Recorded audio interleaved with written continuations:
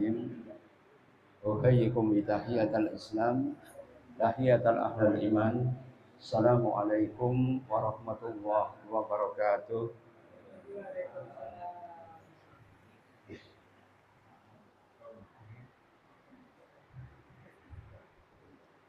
Alhamdulillahilladzi allafa baina qulubina wa asbahna bi ni'matihi ikhwana. Ashhadu an la ilaha illallah wahdahu la syarikalah wa ashhadu anna Muhammadan abduhu ila yaumiddin. Wa qala ta'ala fil Qur'anil Karim wa huwa asdaqul qailin a'udzu billahi minasy syaithanir rajim. Ya ayyuhalladzina amanu taqullaha wal tanzur nafsum ma qaddamat lighad wattaqullaha innallaha khabirum bima ta'malun. Amma ba'd.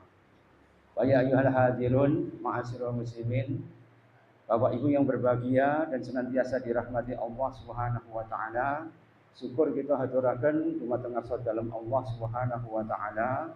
Alhamdulillah sampun maringi kabarokahan, kanugrahan, kesehatan, afiat dumateng kita sedanten sehingga fa insyaallah sonten menika kita saged ngaos sesarengan kanthi kahanan sehat walafiat.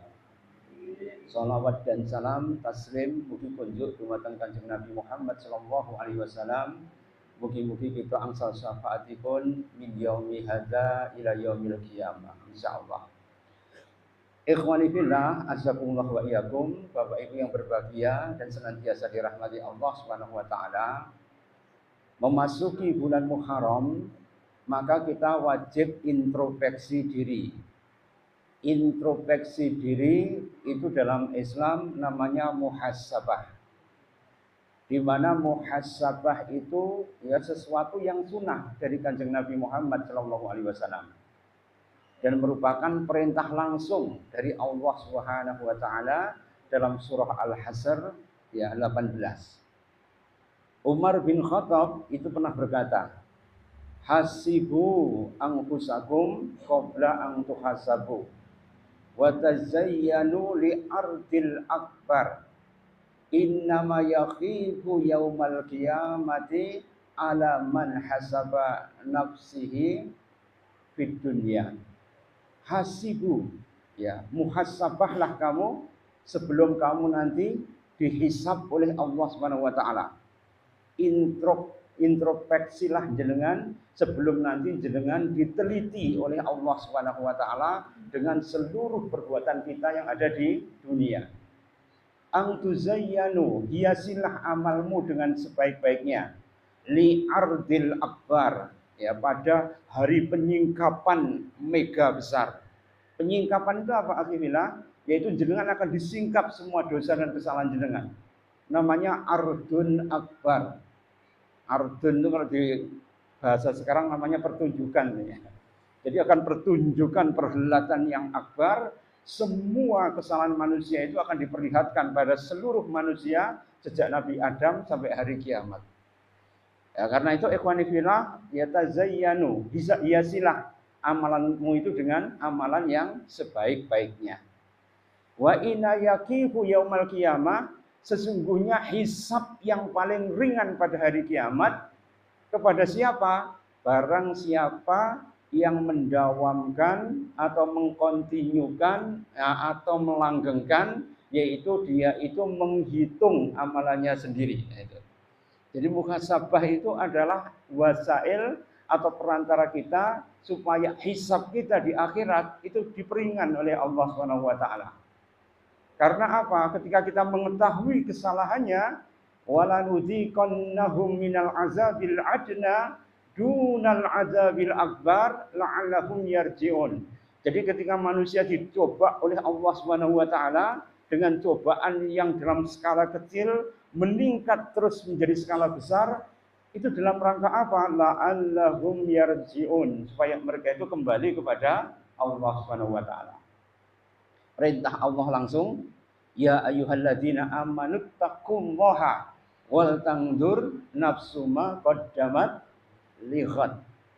Wahai orang-orang yang beriman, bertakwalah jenengan kepada Allah Subhanahu wa taala dan lihatlah amalanmu yang telah lalu. Wattaqullah, senantiasalah jenengan bertakwa pada Allah Subhanahu wa taala. Ya, wallahu khabirum bima ta'malun. Allah itu maha khabir. Khabir itu dari kata khibrah. Khibrah itu apa? Maha berpengalaman. Jadi Allah itu berpengalaman ya sejak ya zaman azali sampai kemudian ya zaman sekarang ini, maka Allah itu adalah mengilmui. Ilmu Allah muhitun kullasyai'in. Jadi ilmu Allah itu meliputi segala sesuatu.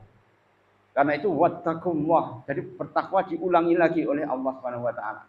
Wallahu khabirum bima ta'malun. Karena Allah itu maha khabir dengan apa-apa yang jenengan kerjakan semua. Karena itu ma'asyiral muslimin, ikhwafillah azakumullah wa iyyakum, maka muhasabah itu sesuatu yang penting. Bagaimana caranya kita bermuhasabah? Yaitu bagaimana kita mematutkan diri kita supaya kita termasuk ahlu swarga. Ini sing wangel niki ya. Kira-kira sifatnya ahlu swarga niku ya napa, Pak? Jenengan kira-kira pun angsal gambaranipun napa mboten? Jadi Allah itu kemudian memberikan cetak biru pada kita, yaitu adalah oret-oretan itu ya, supaya membocorkan rahasianya ahlu surga. Tadi saya baca ketika ya sholat maghrib tadi pada rakaat yang kedua, yaitu surah Qaf ayat 31 sampai 35, di mana Allah Subhanahu wa taala berfirman, a'udzubillahi minasyaitonirrajim, wa uslifatil jannatu lil muttaqina ghaira ba'id. Sesungguhnya didekatkan surga kepada orang yang muttaqin atau orang yang takwa pada Allah Subhanahu wa taala ghairu ba'id, ya tidak jauh. Jadi surganya itu dekat. Ya, wa uslifatil jannatu lil muttaqina ghairu ba'id. Hada ma tu'aduna likulli awabin hafid. Maka surga itu dijanjikan oleh Allah Subhanahu wa taala kepada siapa? Awabin hafid. Jadi sifat ahlu surga yang pertama itu awab. Awab itu apa? Kembali kepada Allah Subhanahu wa taala. Hafid. Hafid itu apa? Yaitu adalah mereka itu memelihara amanah. Kalau menurut Ibnul Qayyim, hafidun itu apa? Yaitu memelihara amanah. Seperti ya ketika Nabi Yusuf itu diangkat menjadi raja di Mesir, karena sifatnya apa? Hafidun amin. Hafidun amin.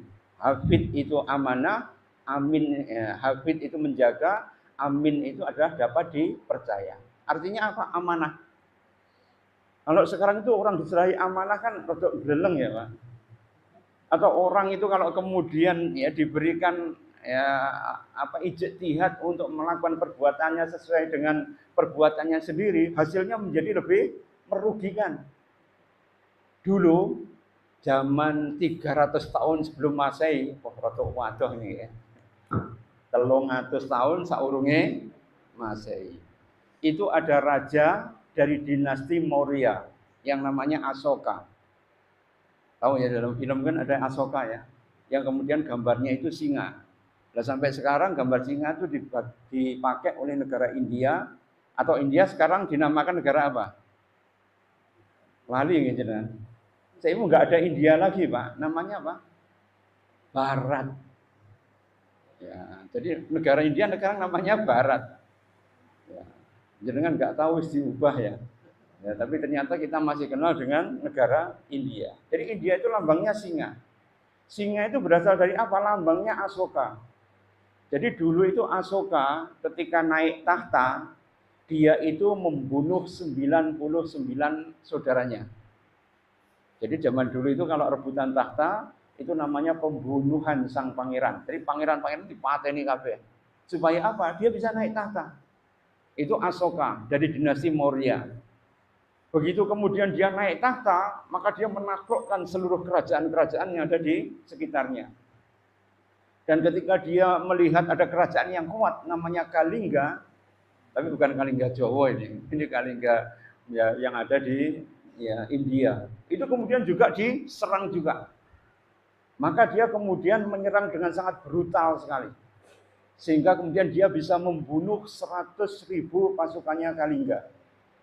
dan 150.000 dijadikan budak, kemudian dieksekusi, ya, dibuang di tempat, ya, negara yang terpencil. Supaya apa? Tidak mendirikan negara Kalingga lagi. Ketika dia melihat banyak sekali mayat berceceran, mati, ya, karena perbuatannya, akhirnya Asoka itu kemudian merasa bersalah. Setelah itu apa?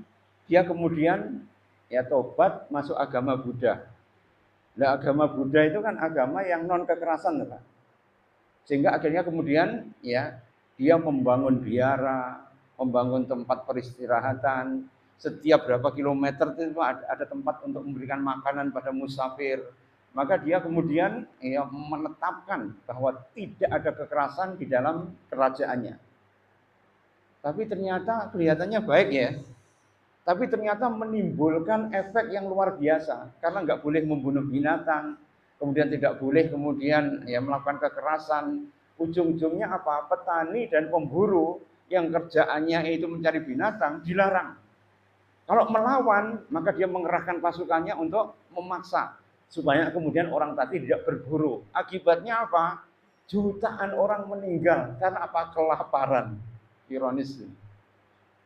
Ya, ini kalau kemudian, ya, sesuatu tidak sesuai dengan wahyu, sesuatu tidak sesuai dengan, ya, ilmu, itu hasilnya sangat celaka sekali. Karena pada masa itu orang-orang itu mendewakan akal. Kira-kira 3000 sebelum Masehi, ya, pada waktu itu di Rizalah itu sedang dibawa oleh Nabi siapa? Kira-kira jenengan iso eling sejarah nomboten? Paling, nggih. Jadi Sulaiman itu 900 tahun sebelum Masehi mendirikan, ya, Solomon Temple. Tapi kemudian hancur karena diserang oleh Nebukadnezar 200 tahun berikutnya. Artinya apa? 900 dikurangi 200 berapa? Ya, 600.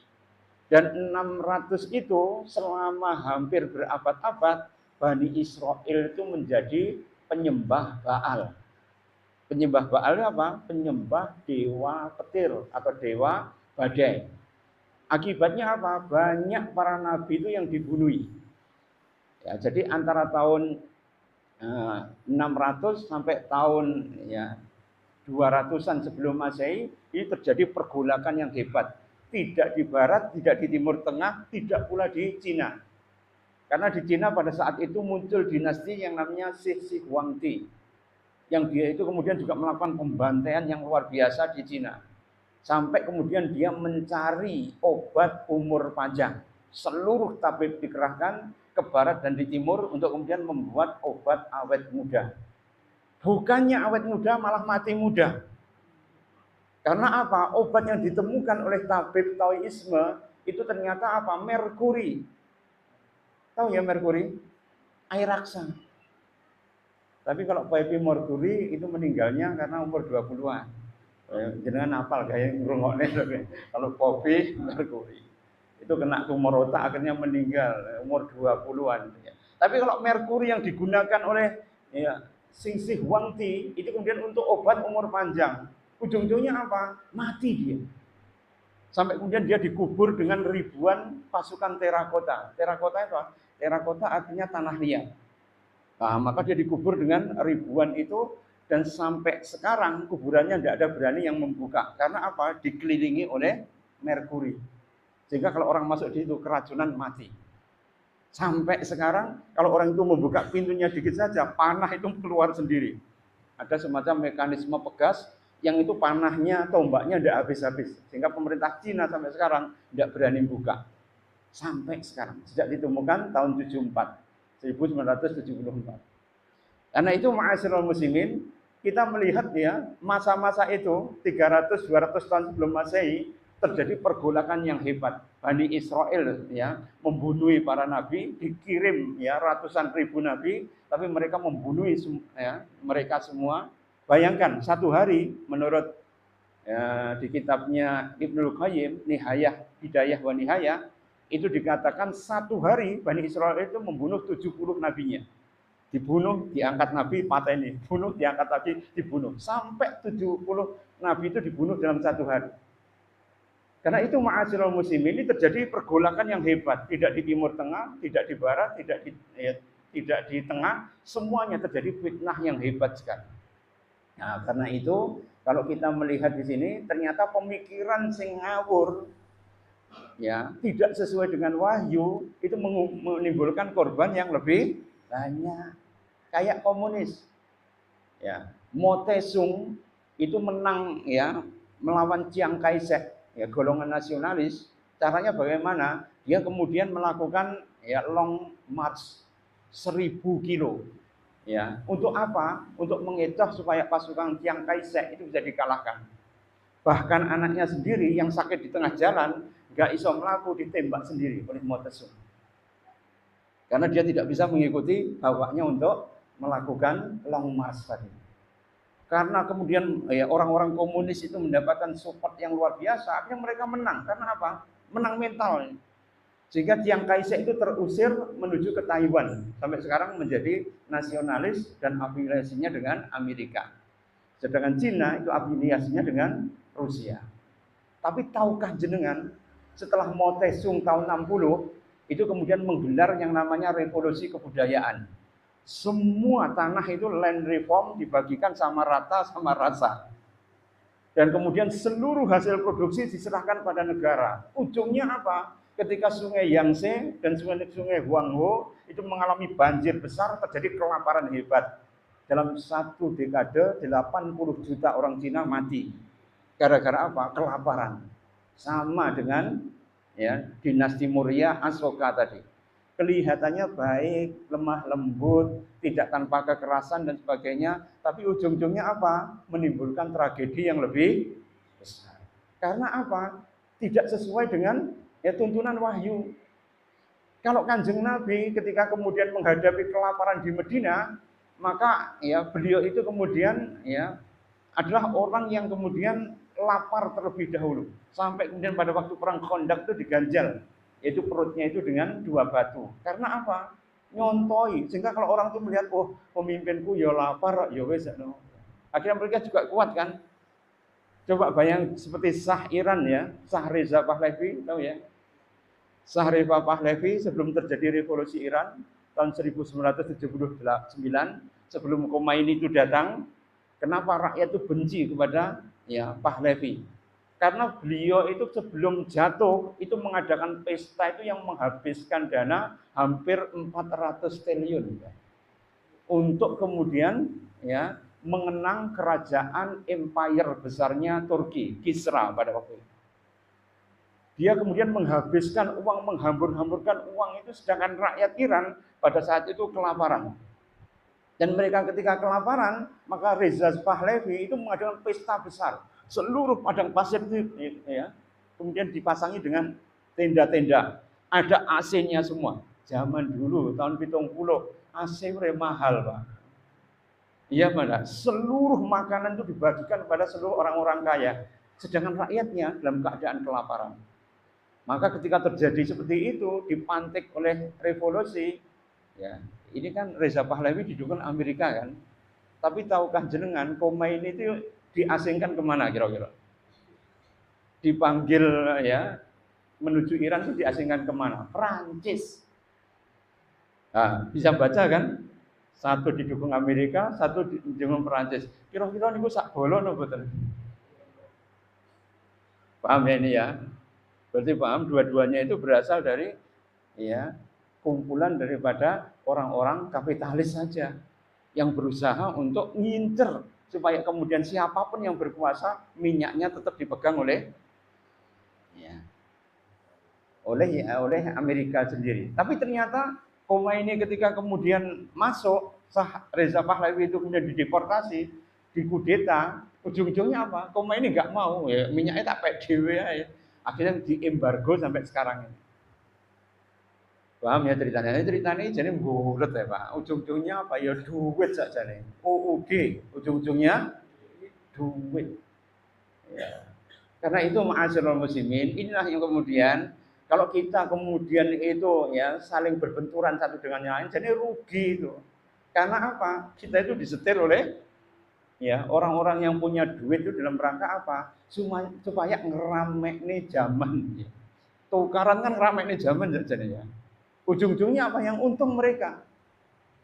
Ya, karena itu kita harus kemudian mabum, karena itu kita harus ya memantaskan diri supaya kita menjadi ahlu surga. Nah, ahlu surga itu apa? Ya, ada 4 tadi. Ya, sifatnya ada 4, semuanya terangkum di dalam surah ya, Qaf ayat 31 sampai 35. Awwabin hafid, yaitu orang yang awwab kembali pada Allah Subhanahu wa taala. Hafid, hafid itu apa? Amanah. Man khasya rahmana bil ghaib wa jaa biqalbin munib. Dan mereka itu adalah man khasya rahmana bil ghaib. Mereka itu adalah orang yang takut pada Allah yang maha gaib. Kalau orang komunis kan ya, dulu ketika mengajarkan komunis itu ya ayo kabeh merem kabeh, cah SD ini loh. Kemudian sampean minta pada Tuhan permen, ya Tuhan berikan permen. Kira-kira sampean dikei apa ndak? Ora dikei toh, jelas. Kemudian wes saiki mau minta permen pada Bu Guru. Dan ketika mereka itu sekarang ya semua mengacungkan tangan sambil menerima permennya masing-masing. Gurunya memberi permen satu persatu. Nah, kemudian ditanya, kira-kira Gusti Allah ada apa enggak? Ini bagi anak yang logikanya masih dangkal, kira-kira percaya pada gurunya atau percaya kepada ustadz yang nun jauh di sana? Ya mesti gurunya kan. Ya, karena itu gugu itu digugu dan ditiru. Ujung-ujungnya apa? Terjadi pengaruh yang luar biasa. Karena itu kenapa Semaun, kalau jenengan nanti melihat kuburannya Semaun Prawira Utomo, itu bapaknya namanya ya Raden Arya Prawira Utomo. Itu adalah seorang yang religius, ya termasuk adalah ya Ronggo. Ronggo itu apa? Memegang otoritas agama juga otoritas pemerintahan.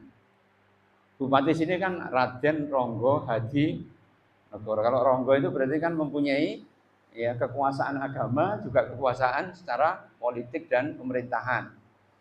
Itu kalau kita melihat Semaun itu didikannya agama. Bahkan kalau jenengan ke Pasuruan, kuburannya kan di Pasuruan. Tapi lahirnya di Sumombito, Jombang. Ini wong Jombang saja. Ya, kalau Jombang berarti kan religius sekali kan. Dan dia itu kalau kemudian kita lihat itu diberikan pengajaran agamanya ya dengan sangat intens sekali. Tapi ketika dia kemudian mondok di Gang Peneleh, di tempatnya Hos Cokro Aminoto, kena mentor komunis yang namanya Sneflit, maka dia berubah dari santri menjadi PKI. Dan sekarang itu anak-anak kita yang kuliah itu sering ditawari dengan diskusi dari Tan Malaka, Madilog gitu ya. Yaitu pengantar supaya logika mereka itu dirubah supaya dari Islam menjadi orang yang ateis. Ini ada teman saya itu bapaknya ustadz ini. Ya, ketika kemudian pulang anaknya enggak gelem yang masjid, Pak. Didelok ternyata orang sholat mana ya. Dan ketika ditanya ya ternyata dia kemudian terpengaruh oleh ya Madilog. Ternyata dia apal semua. Trilogi dari Mas Pram ya. Ya, atau kemudian ya Madilognya atau kemudian Karl Marx itu ya yang kemudian mengarang yang berkaitan dengan Das Kapital dan Manifesto Komunis itu ternyata menjadi ideologi mereka sehari-hari. Maka ketika pulang bapaknya kaget karena apa? Tidak gelem sholat lagi. Kenapa kok cepat berubah tadi? Karena mereka tidak mempunyai imunitas yang kuat. Semaun, Darsono, Alimin, ya Alimin malah ya anaknya Kiai juga. Ya, sampai kemudian ya Muso Al-Munawar itu anaknya Kiai Pagu. Sampai sekarang bapaknya masih lurus. Seluruh keluarganya masih menyembah Allah. Dia itu saja yang menjadi komunis. Kenapa kok berubah seperti itu, ma'asyiral muslimin? Karena kemudian mereka itu tidak menghayati tentang Islam itu secara paripurna. Udkhulu fi silmi kafah. Masuklah kamu ke dalam Islam secara keseluruhan. Jenengan sekarang sedang enak. Karena apa? Merasa anaknya aman-aman saja. Tapi tahukah jenengan di luar sana mereka harus bertarung. Pertarungan ideologi itu tanpa henti. Sejak Karl Marx dan ya, Engels itu menerbitkan Das Kapital dan Manifesto Komunis, maka pertarungan antara kapitalis dengan komunis itu tidak akan berhenti. Sing korban siapa? Umat Islam. Iya pada kapitalis itu kemudian memperkaya, terjadi kemiskinan yang masif, tapi komunis kemudian menggerakkan buruh untuk melakukan protes dan pemberontakan. Ujung-ujungnya apa? Chaotic atau chaos. Dan yang menjadi sasaran itu siapa? Kan umat Islam kan. Ya coba ketika terjadi pemberontakan 48 dan pemberontakan 65, kira-kira yang korban yang paling banyak siapa? Kan umat Islam. Gimana badan? Di Asia Tengah, Stalin itu kemudian menjadikan masjid menjadi kandang kuda. Dan hampir 60 juta penduduk Asia Tengah yang Islam dari Samarkand sampai kemudian ya daerah ya Armenia, semua kemudian banyak yang dibantai. Karena apa? Wa qalu rabbuna Allah. Karena mereka menyebut Tuhannya adalah Allah. Ya ini ma'asyiral muslimin, maka muhasabah kita harus memantaskan diri supaya menjadi ahlu surga itu mempunyai sifat 4 tadi. Hafid, yang pertama adalah awabun, wahabidun, yang kedua, kemudian yang ketiga khasyar rahman, takut kepada sang rahman, kemudian yang keempat yaitu adalah kalau mereka itu biqalbin munib, kalau mereka itu mempunyai hati yang kembali kepada Allah. Munib itu apa? Yang gemar bertaubat. Mungkin ada saudaranya namanya munib ya, itu namanya orang yang gemar bertaubat. Tapi kok nakal jenenge munib ya ora ndak apa-apa ya. Karena kadang nama itu adalah doa saja ya, supaya orang tadi benar-benar kembali kepada Allah Subhanahu wa taala. Sekarang kita kembali ya. Awwab itu apa? Awwab itu adalah orang yang kemudian kembali kepada Allah Subhanahu wa taala. Wa anibu ila rabbikum. Mereka itu senantiasa inabah. Ya, inabah itu apa? Kembali kepada Allah Subhanahu wa taala. Wa in tanazza'tum fi syai'in farudduhu ila Allahi wa rasulih. Kalau mereka itu berselisih sesuatu, akan mengembalikan mereka itu urusannya kepada Allah dan Rasulnya. Awwab. Nah, kalau kemudian orang sekuler itu mengembalikan pada apa? Hukum alam. Kalau orang komunis itu mengembalikan urusannya kepada apa? Kerja proletar secara kolektif. Nah, kalau orang kapitalis itu kemudian mengembalikan urusannya kepada siapa? Sing penting untung. Ya. Caranya bagaimana? Machiavellis, ya, menghalalkan segala cara. Jadi semua ideologis itu menyesatkan semua. Karena apa? Membuat orang itu jauh dari Allah Subhanahu wa taala. Ya, ketergantungan mereka pada Allah itu diputus sama sekali. Ya. Karena itu ma'asyiral muslimin, dulu Louis ke-14 itu ketika ditangkap oleh pasukan Islam, kemudian dia ditebus oleh kerajaannya itu dengan ribuan tael emas, maka pada saat itu dia berjanji ya kepada seluruh punggawanya itu dari ilmuwan sampai kemudian orang ya ningratnya, wahai ya para prajuritku semua, gak iso awake dhewe itu mengalahkan Islam itu dengan kekuatan. Maka sekarang ulir budi jenengan. Caranya bagaimana? Ciptakan sesuatu yang merusak Islam. Jauhkanlah umat Islam itu dari Quran dan sunnahnya. Jauhkanlah mereka itu dari ulamanya. Buat mereka itu kemudian dhofusikoh atau tidak percaya kepada pemimpinnya. Buat mereka itu kemudian cinta pada dunia. Ciptakan hiburan sebanyak-banyaknya supaya mereka itu menjadi generasi yang ghaflah atau lalai dari perintah Allah Subhanahu wa taala. Maka sejak itu mereka menciptakan isme-isme yang menyesatkan. Namanya mabadiul hadamah. Mabadi itu value, hadamah itu apa? Destroyer. Destroyer itu apa? Yang merusak, yaitu nilai-nilai yang merusak. Diciptakan pragmatisisme. Jadi semua hidup harus pragmatis. Caranya bagaimana? Menghalalkan segala cara. Mengutus Machiavelli untuk menciptakan ajaran ya al-ghayah tubarirul wasilah, menghalalkan segala cara. Kemudian Karl Marx dan Engels, coba Karl Marx itu moralitas secara pribadi aja jelek, Pak. Ya, dia itu kemudian menelantarkan anaknya, menelantarkan istrinya. Istrinya namanya siapa? Jenny. Kemudian orang kerja, utangan. Wis utangan, orang kerja ndak tahu adus pisan. Ya. Dan dia itu sehari-hari hanya di perpustakaan ya, dan kemudian dia dibiayai oleh sahabat kayanya yang namanya Angelus. Dua-duanya anak Rabi Yahudi. Angelus anaknya Rabi Yahudi, Karmak juga anaknya Rabi Yahudi. Dua-duanya kemudian ya menulis kitab ya, Das Kapital tadi. Yang Das Kapital tadi itu tidak pernah selesai. Ada yang namanya ghostwriter. Ghostwriter, ghost itu apa? Hantu. Writer itu apa? Penulis. Ada penulis hantunya yang menyelesaikan ya kerjaannya Karmak. Siapa itu? Angelus, sahabatnya sendiri. Yang memberikan utangan pada dia. Bahkan dia itu selingkuh dengan ART-nya. Bayangkan, dia selingkuh dengan sampai dua anak namanya Freddy, Mark. Jadi hidupnya secara morality itu sangat jelek sekali. Tapi kenapa orang komunis kok gandrung kepada ajarannya? Ya, karena apa? Ada semangat yang menggelora untuk melakukan perubahan. Itu sebenarnya milik kaum muslimin. Innallaha la yughayyiru biqaumin hatta yughayyiru ma bi anfusihim. Allah itu tidak mengubah sebuah kaum sampai kaum itu mengubah nasibnya sendiri. Itu miliknya orang Islam. Harakatut takhir, gerakan untuk melakukan perubahan. Semangat yang menggelora itu diadai semua. Put Mu'ina, ketua Gerwani Blitar yang ditangkap di Buldok itu ya, yang kemudian ya pada waktu operasi Trisula, beliau itu sebenarnya bukan orang main-main, karena beliau itu putune Mbah Kiai Abdullah, ya langsung senopatinya, ya Pangeran Diponegoro yang datang ke sini itu untuk apa? Mempertahankan Islam. Tapi putune ternyata nggak kuat gelayat. Karena apa? Terdoktrinasi dengan ya ajaran komunis. Nah, karena itu Bapak Ibu yang berbahagia dan dirahmati Allah Subhanahu wa taala, memang jarak iman dengan kekafiran itu sangat tipis sekali. Ya, karena itu kita harus bisa merubah, tetap istiqomah di jalan Allah Subhanahu wa taala.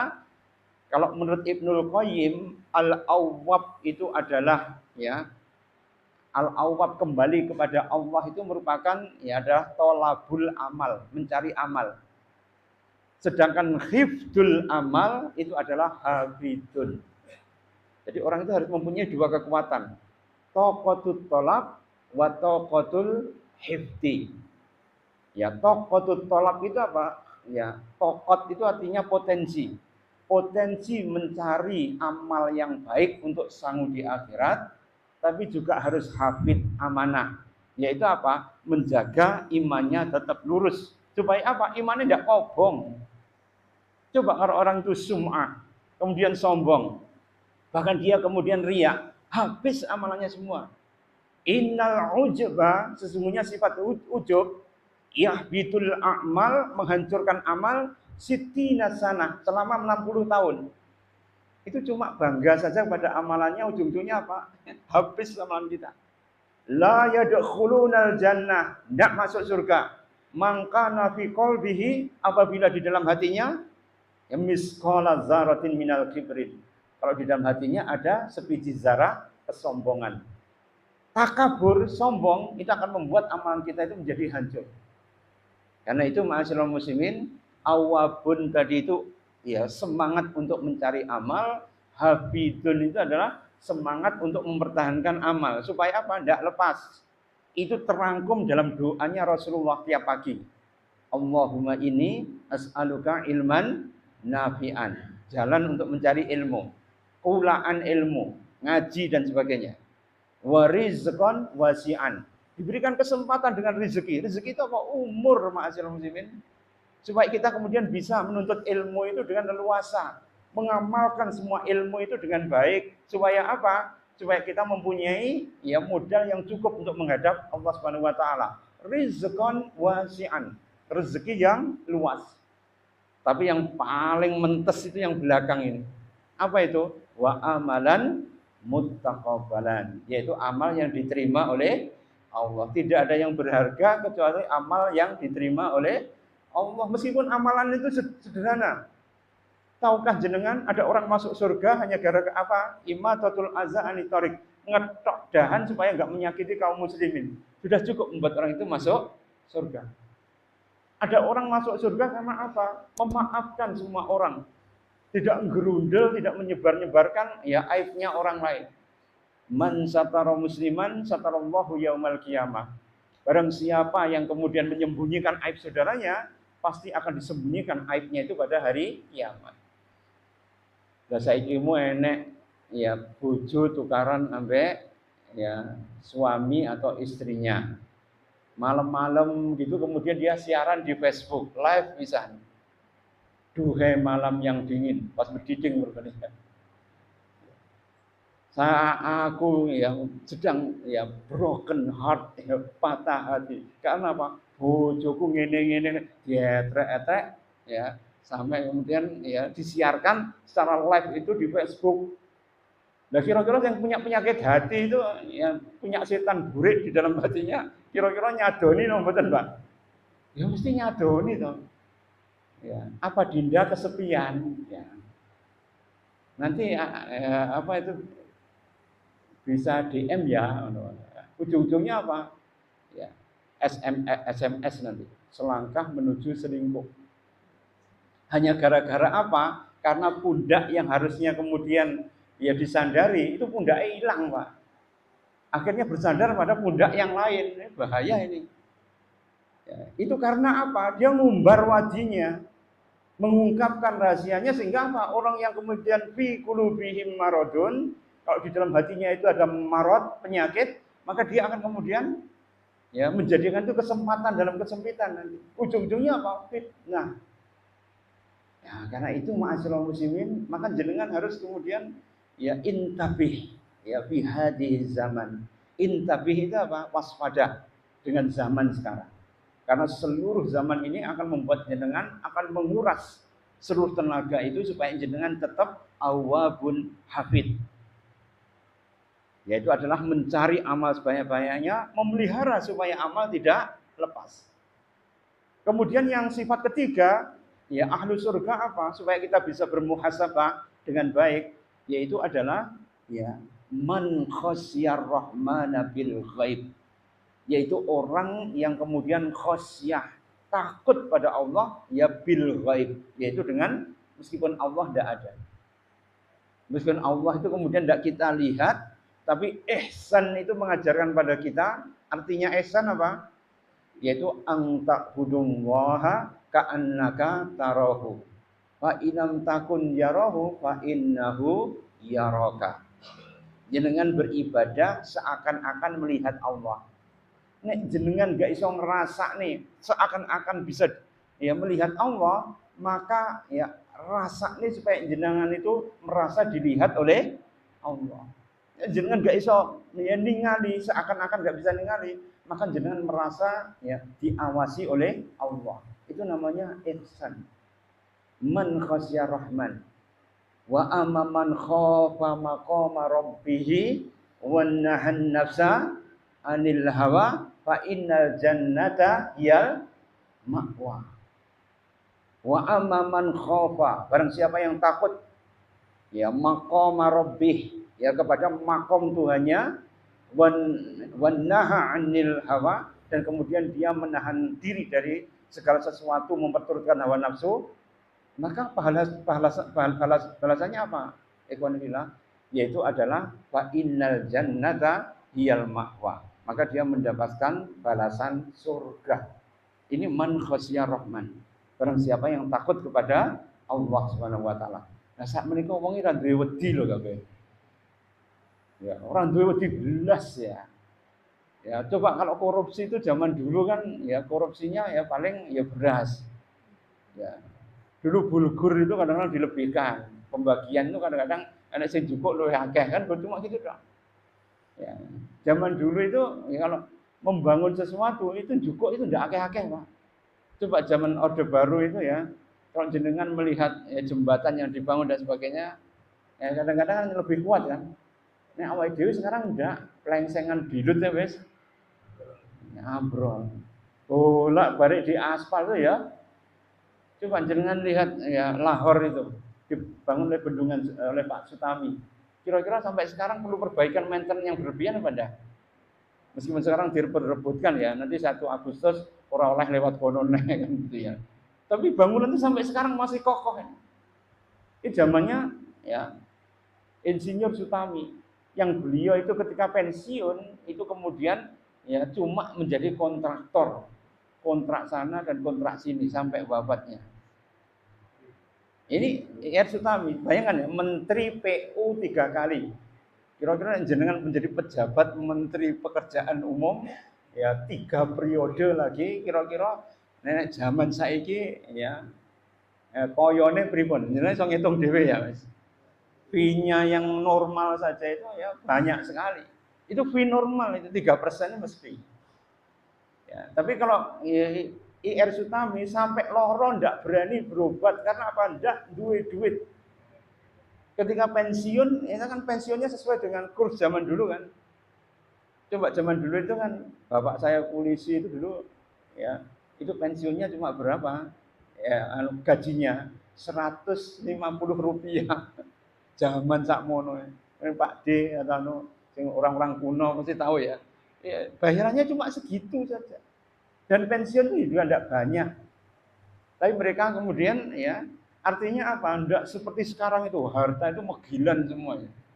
Tiba-tiba ada crazy rides. Tahu ya crazy ride? Ya moro-moro pakai motor gede, mobil mewah, Lamborghini, Ferrari. Saya kemarin tuh ketika ke Surabaya mau ke bandara itu moro-moro ya dari bandara itu ya ada ya, tour Ferrari itu. Wah, banyak. Iki wong Indonesia itu krisis, tapi kok duwe Ferrari akeh yang ngene. Ya, jadi zaman opo gitu ya. Nah, zaman dulu kan rata-rata sama tuh, Pak. Opletnya ya seperti itu. Mau naik truk aja diwuduk ya. Naik bis sampean bis Jaya dulu ya. Itu kalau kemudian naik itu kan ya kadang-kadang mogok itu ya sopir sampai kernetnya itu sampai drodosan keringat hanya untuk ya memutar tadi. Kalau sekarang enggak, mesinnya semua ada mesin yang bagus semua. Ya. Tapi kenapa kemudian ya keadaan keimanan mereka kok jauh ya dengan sekarang? Ya karena itu tadi ya akhlada fil ardi wattaba'u hawahu. Karena mereka itu ya jiwanya akhlada fil ardi, terikat dengan dunia. Wattaba'a hawahu.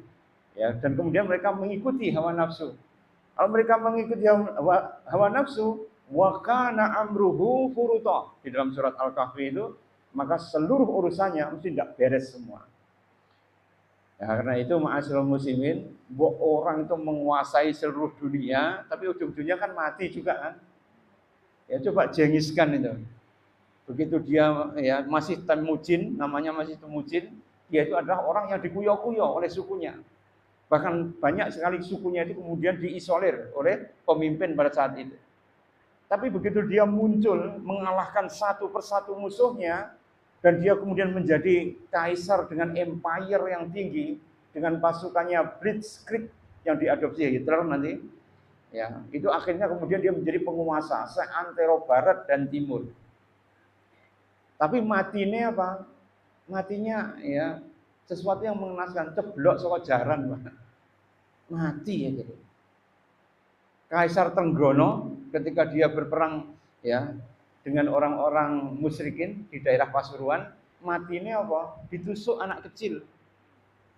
Trenggono itu. Sultan Hadiwijaya, Joko Tingkir. Ya, Joko Tingkir ngombe dawet, rasa dipikir garai mumet ya. Joko Tingkir kurang sakti apa itu ya? Ya. Begitu dia sakti meninggalnya apa? Ketika berhadapan-hadapan dengan tentaranya Panembahan Senopati yang ada di Prambanan, dia ceblok saka gajah, langsung pepes, setelah itu meninggal. Ceblok saka gajah. Jadi orang besar itu kadang-kadang matinya itu mengenaskan. Ya. Karena itu kalau kita kemudian mempunyai sifat sombong itu rugi. Karena apa? Semuanya akan dikembalikan kepada Allah itu berupa apa? Kehinaan. Tapi kalau orang yang beriman itu dalam keadaan apapun itu tetap dalam keadaan mereka itu mulia.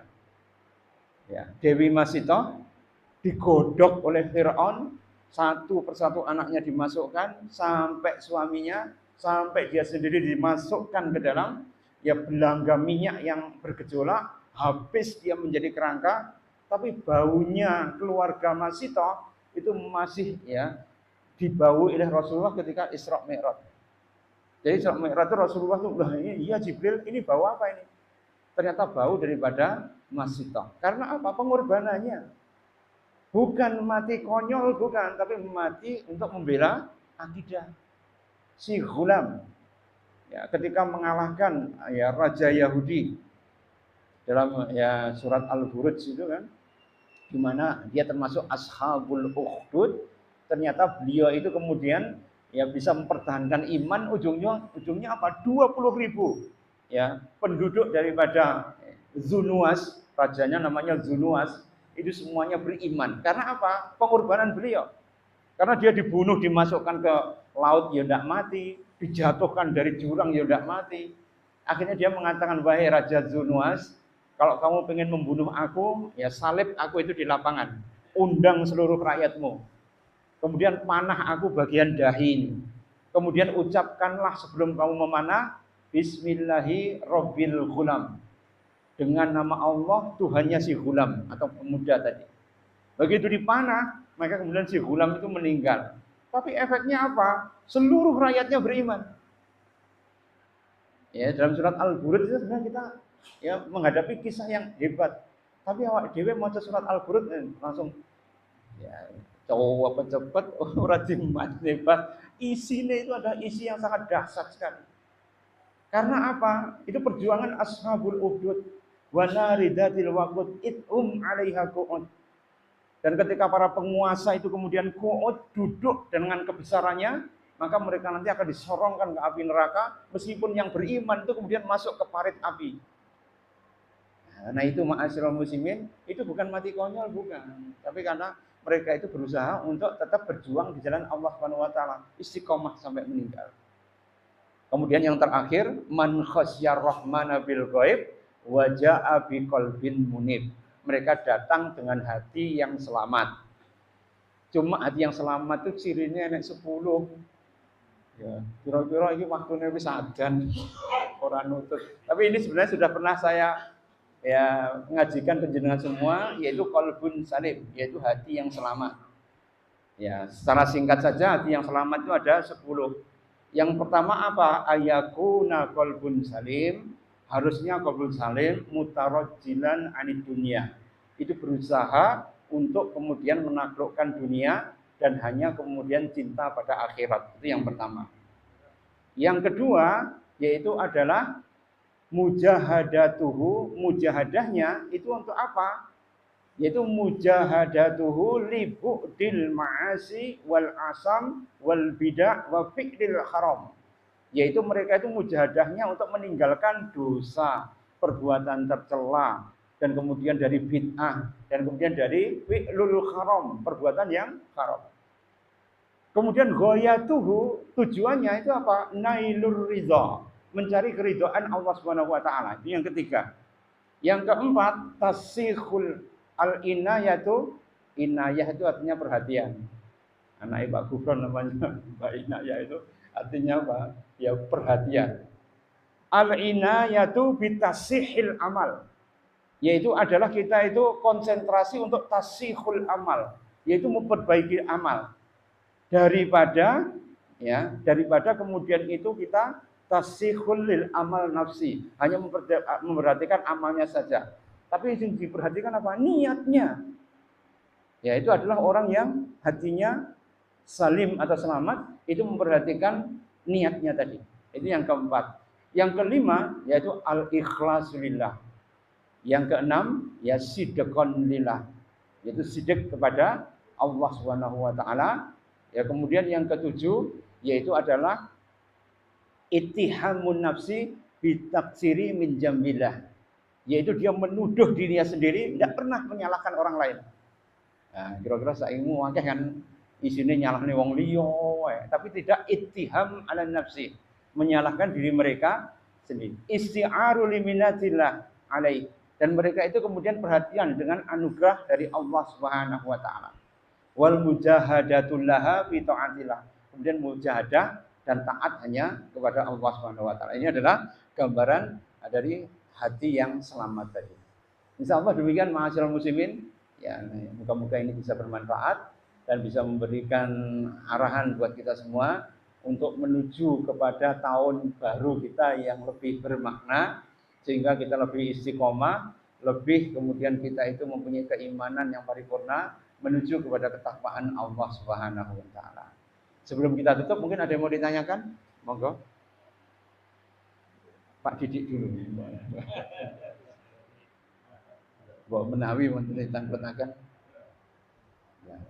Jadi sifatnya ahli surga itu dalam surat Qaf ayat 31 sampai 35. Monggo jenengan ulang-ulangi membaca ya. Dan itu kalau jenengan ya baca, insya Allah nanti kita bisa menginternalisasi dalam hati kita dan nyocok nih, kira-kira wis cocok ndak wah itu ini termasuk ahlu swarga.